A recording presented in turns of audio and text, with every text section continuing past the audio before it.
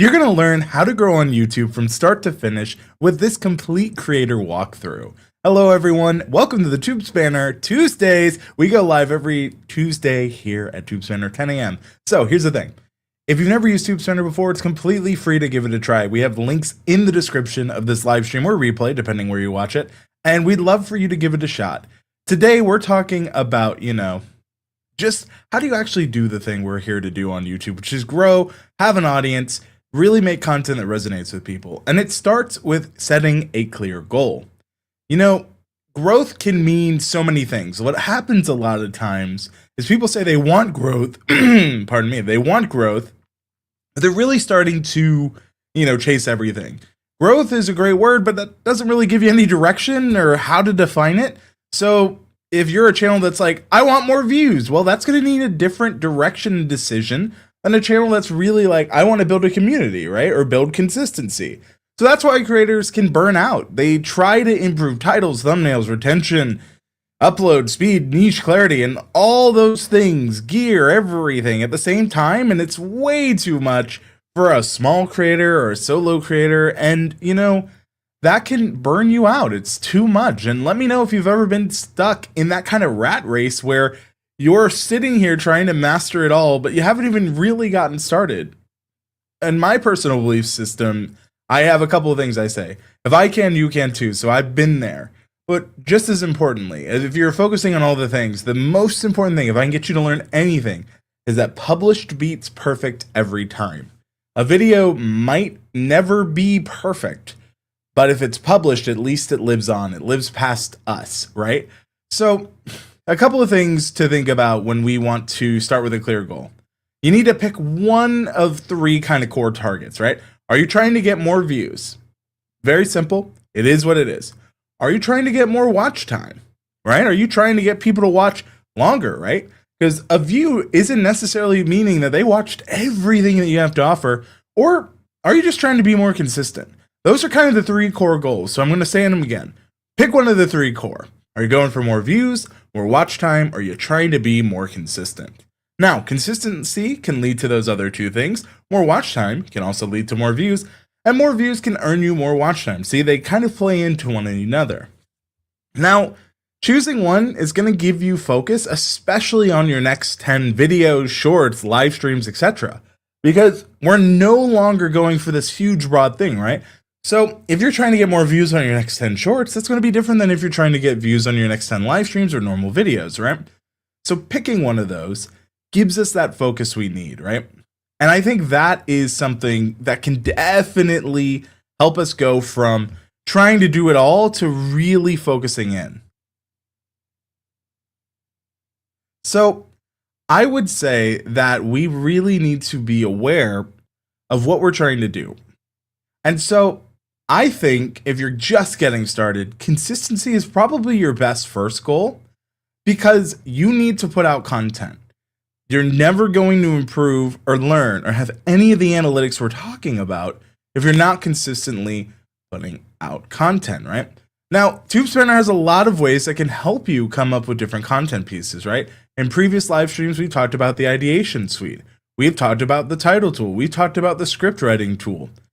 But when you're setting a clear goal, you need to choose one. And I think if you're just starting, or heck, even if you've been creating, but you feel like you've lost direction, setting that first goal is the hardest and it needs to be done. Good to see some familiar faces, by the way. Geology Dude, Stanley, Ryan, Tube Spanner themselves. Great to see you, Tube Spanner. So we have gotten to our first point, which is we got to really start with a clear goal. The next thing we got to do is we need to pick an idea that can actually perform. Whether this is a channel niche, whether this is an individual video, short, live stream, whatever, you need to pick something that's, gonna actually have a chance. There are constantly, and I see this happen with a lot of creators, they make a very niche, very for them video, and they're surprised that only them are watching themselves, right? I have this great example, and I will never forget this. I was at Social Media Marketing World, and this guy had a video, and it was a great idea. It's a huge convention center. How do they change very high lights, right? Well, his video title was something like how to change a light bulb in the San Diego Convention Center on a Monday. It was like on the specific date, and it gave the specific time. He even went further to say the weather, and I'm like, my guy, this is such a cool concept. But I kind of said I love this title, but I think you went too niche. I think you went too specific, and it sounded too SEO, right? Like when you hear that title, and this is a question if you're watching live or the replay, what does that make you think of? And for me, I was like, okay, so the story here is those lights are incredibly high in this convention center. How do you change convention center lightings? I said that to him, and he goes, I think that's a way better title. And I kind of go, I agree. So I say that to say that, like, as you're picking an idea, you need to make sure you're not going too deep into it. You need to pick an idea that can actually perform. That video actually went on and did pretty well for him at the time. Keyword at the time. So he had a great idea, but he almost went, too specific. So I find the biggest problem, whether you're a beginner or you're established, is like you got to pick ideas that, they really do match those viewer interests, right? If you just upload a video and it flops, sometimes people, and I hear this a lot, YouTube hates me. But it's more complex than that, and you really made a video with no demand. So I want to show you a couple of ways you can see demand, even within the Tube Spanner tool. And if you've never played around with Tube Spanner, this is your shot. It's such a great tool. And this is, again, we have links in the description, things like that. This is the Tube Spanner channel. Great to see you, London. With Susan, I'm sorry, I'm just gonna be like, I just say Susan. Oh my, that audio and lip movement is out of sync, but this is live? Interesting. I wonder why. Never had that one before. Checking my things. Thank you for the comment. Not sure what's happening.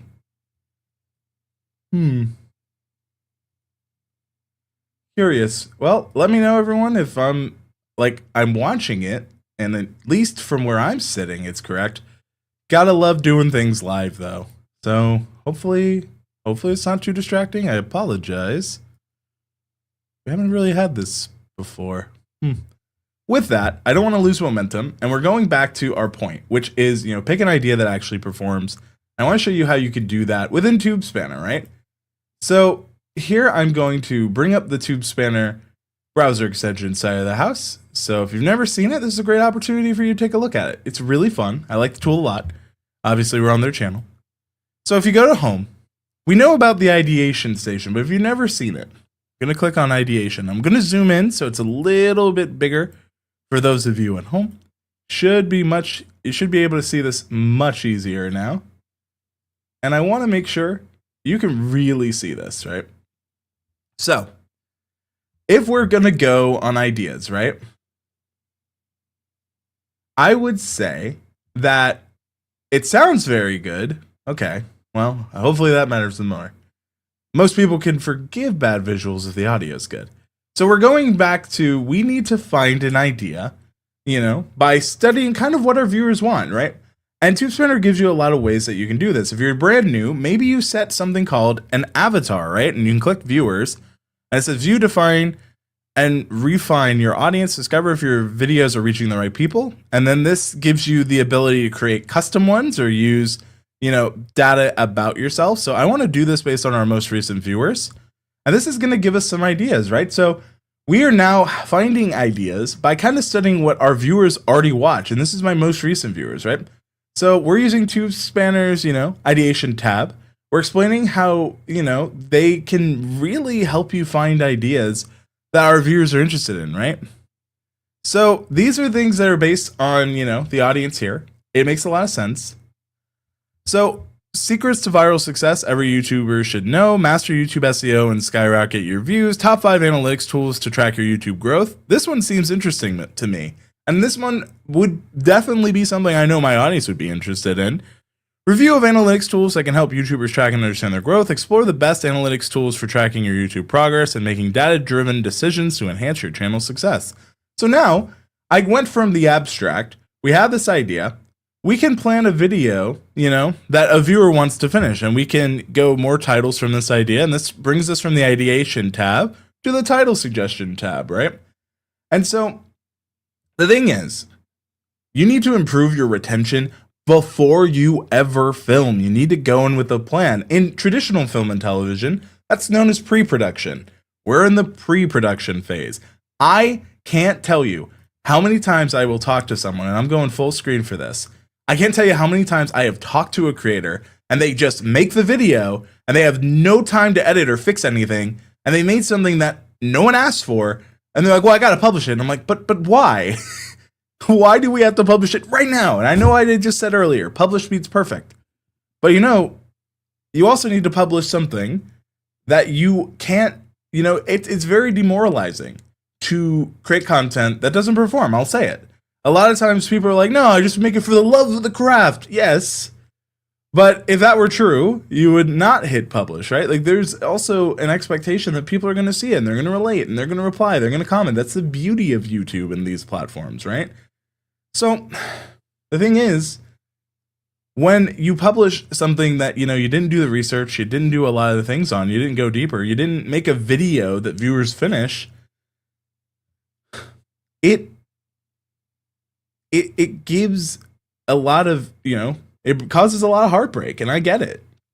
So a simple formula that I tend to go to, and this kind of works for a lot of content, actually. People are like, oh, it feels more how-to, but trust me, it can go for entertainment, it can go for, edutainment, education, but it's a simple hook, and it is, what does this video help you do? What does this video make you feel? And why does that matter? The feel is more entertainment, do is more, how-to. And why does that matter?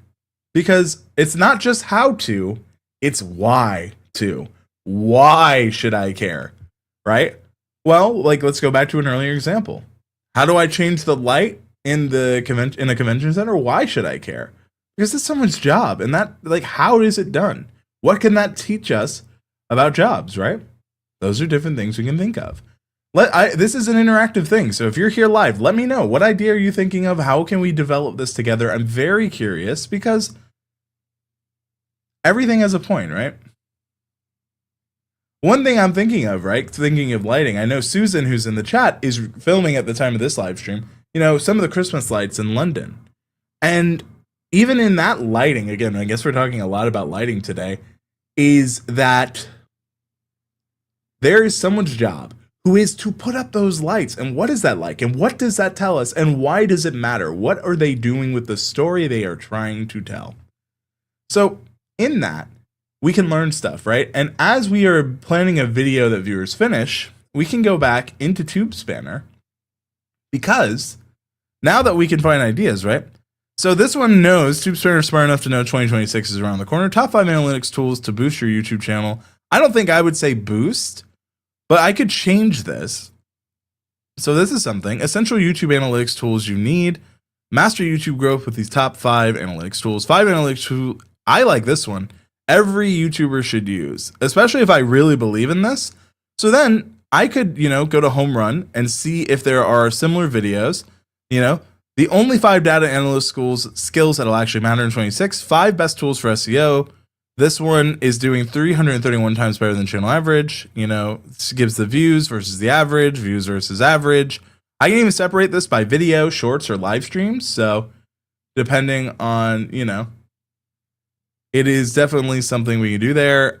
So I don't think I'm going to use this one in particular, but I do want to see how this title does in discovery. Now, the discovery optimizer is more specifically built towards browse and homepage and suggested. And this is 76, right? So the title length is excellent.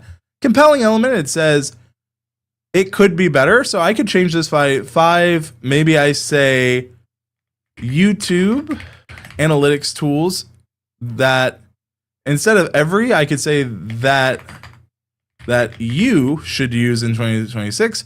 And I could even add free to this, right? 5 free YouTube, because even being free, it gives you an extra layer, right? And so what have we done here, right? Let's recap where we've gone from. So we started with setting our clear goal.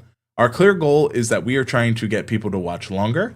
The second thing we did is we picked an idea that can actually perform. I know that based on what TubeSpanner has told me and my audience, that this is an idea that people want to see from me.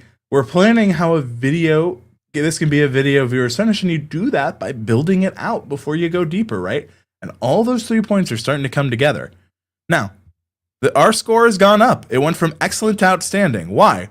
Well, why does this matter? Well, this matters to you if that's free, because if you can't afford it, look, times are tough, right?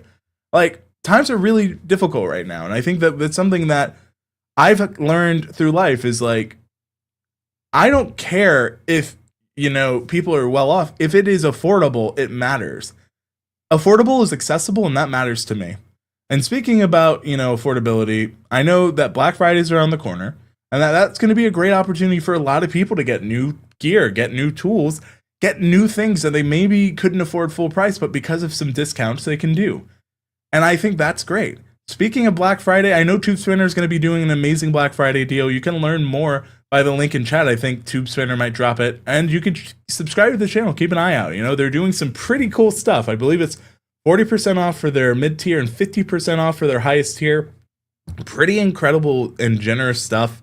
So I think that when we think of everything, right? Not only how to, why to. So our why to on this one, as we go back to it, why does it matter? These are free, right? They are free YouTube analytics that you should use in 2026. But then why does this matter, right? So we know they're free YouTube analytics tools that people should use in 2026. What for? To grow. Let's add that in. So now we have how, what it is and why it matters. They want to grow. So 5 free YouTube analytics tools that you should use in 2026 to grow.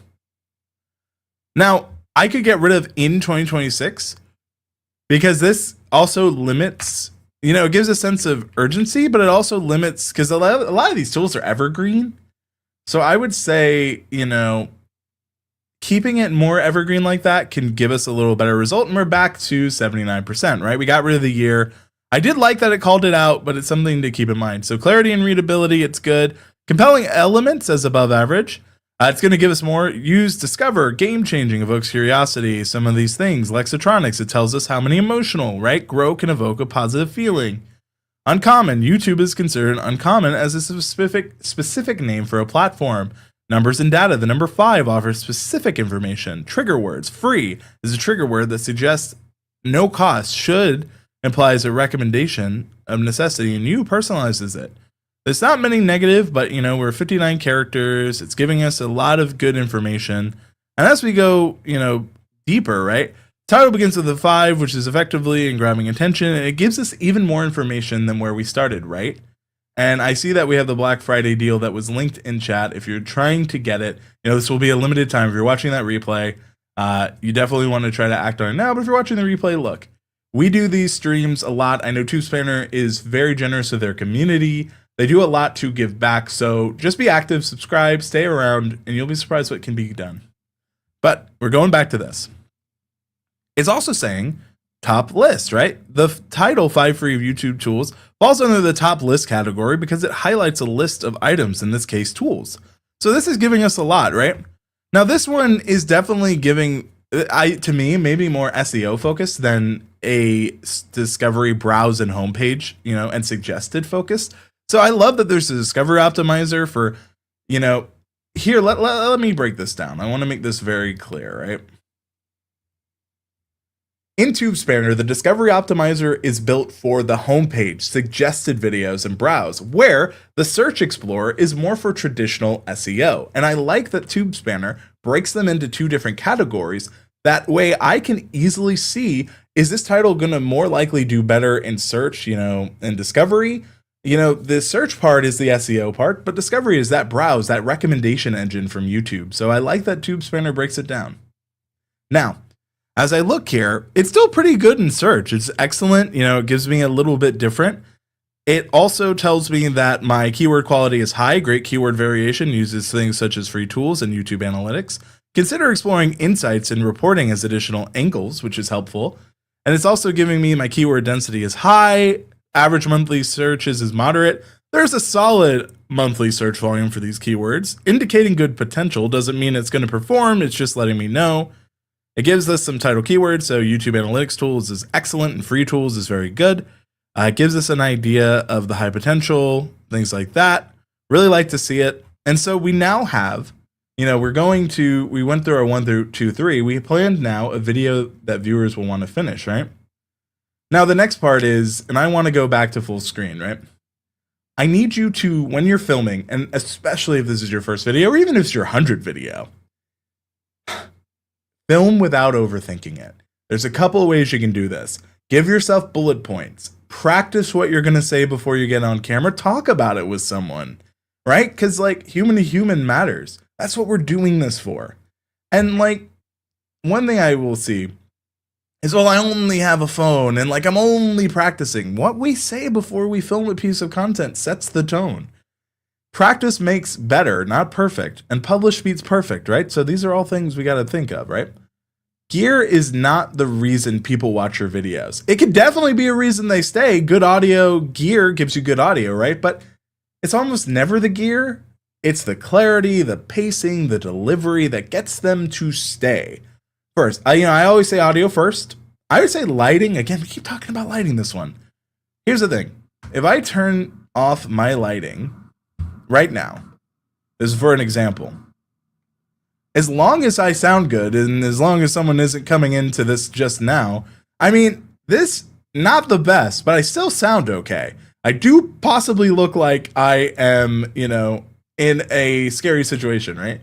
But even if I just add in my backlight here, like this does quite a bunch, right? So let's add in the background lighting. So lighting isn't as important as long as I sound good, right? And I sound pretty good here. And notice how more and more this light came on, so you're seeing more of me, but I sound good. And then we turn on the lights, but because they sounded good, and because of that example, you're going to stay around, right? And we're back, and we're fully lit again. But the thing is, what mattered most is that I sounded good, right? Which is why I said first audio, lighting second, and then background I would say is even third, right? Because if I turn off my background stuff, as long as I look and sound good, it's not as important. And then, you can use a window light if you don't have fancy gear, natural light, simple lighting. There's a lot you can do. Another thing I see people do is they'll have I want to do it in one take. The problem is when you want to do everything in one take is that you're starting to treat filming videos as, something to get done and not a conversation. And really, it is a conversation. We're talking to people. We're talking to our audience. We're not doing this for the camera. We're doing this for the people that it will reach behind it, right? And I think that that's something I want to remind you is that filming for YouTube is a conversation, not a performance. Yes, there are performative aspects and elements. At the end of the day, you're really having a conversation with your audience, right? Now, I do get asked, you have all this gear, why don't you use more affordable or lower end gear? And I do, and I try to do that on my channel, right? But when I'm teaching or we're going live, right, all these small tweaks matter. And the next thing I'll get asked is, I started on my phone, when do I upgrade my gear and what do I stay with when I have it, right? And what I would tell you is, you upgrade your gear when it takes more time for your workarounds than it would be just to get a new piece that would save you that time. And it can happen, right? And, if you're learning how to do anything, right? You're learning how to script, you're learning how to do all these things, then I would say it's probably very beneficial for you to consider that there are more stuff you can invest your time in. And gear is important, but I would say audio, you got to nail that first. Let me know, what do you work on? For me, it is mic, lights, camera, then action.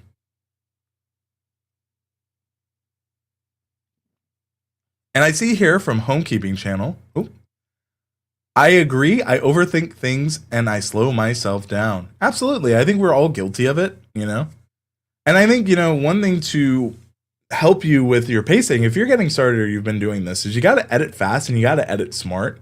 So you got to edit more so with intention and not, again, with perfectionism. What I see is most creators waste time polishing things that viewers probably will never notice.